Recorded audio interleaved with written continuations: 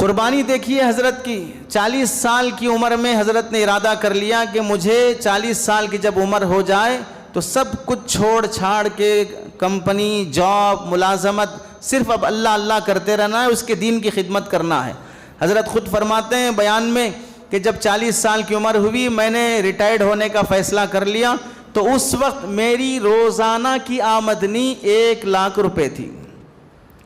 اور اس زمانے میں ڈالر کی قیمت 18 روپے تھی،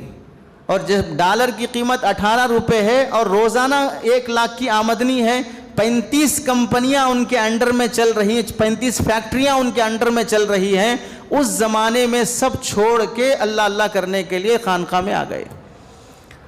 قرآن مجید میں ہے، اللہ تعالیٰ فرماتے ہیں لن تنالوا البر حتى تنفقوا مما تحبون، تم ہرگز اس وقت تک کامیابی نیکی حاصل نہیں کر سکتے جب تک کہ اپنی محبوب چیز قربان نہ کر دو۔ اتنی بڑی سیلری قربان کر کے آئے تو اللہ نے پورے عالم کو مسخر کر دیا۔ یعنی اکثر مسلمان بالعموم، پورا عالم بولنے کا مطلب یہ نہیں کہ دنیا کا ہر فرد، اکثر مسلمان جو اس زمانے میں 100 صدی میں جو مقبولیت آپ کو نصیب ہوئی ہے، کسی اور فرد کو اتنی مقبولیت نصیب نہیں ہوئی۔ اس قربانی کا نتیجہ ہے گھر والی چونکہ نیک ہے تو حافظ قرآن بھی ہے، حضرت نے مدرسہ قائم کیا دارالعلوم جھنگ کے نام سے، وہاں کی نظامت بھی سنبھالی، اور گھر والی کو جامعہ عائشہ نسوان امی جان کو ادارہ قائم ہوا تو گھر والی نے، امی جان نے گھر مدرسے کا نظام سنبھالا۔